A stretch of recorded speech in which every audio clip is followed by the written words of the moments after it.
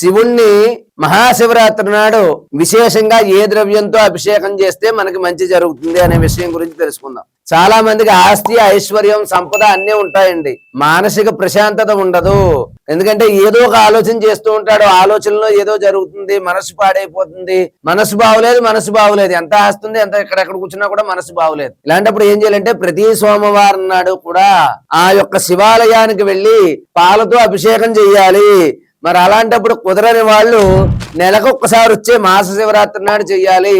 మాస శివరాత్రి నాడు కూడా కుదరకపోతే ఎన్ని పనులున్నా మానేసుకుని మహాశివరాత్రి నాడు సూర్యోదయం తర్వాత నుంచి అయితే 5 గంటల నుంచి 7:30 మధ్యలో మహాశివరాత్రి నాడు ఉదయాన్నే మీరు శివాలయానికి వెళ్లి స్వచ్ఛమైన ఆవు పాలతో అభిషేకం చేసి తెల్లని పువ్వులతో ఓం నమః శివాయ పూజ చేసి భస్మాన్ని శివుడికి అలంకరించి అలాగా అలంకరించిన భస్మాన్ని మీరు ధరించండి.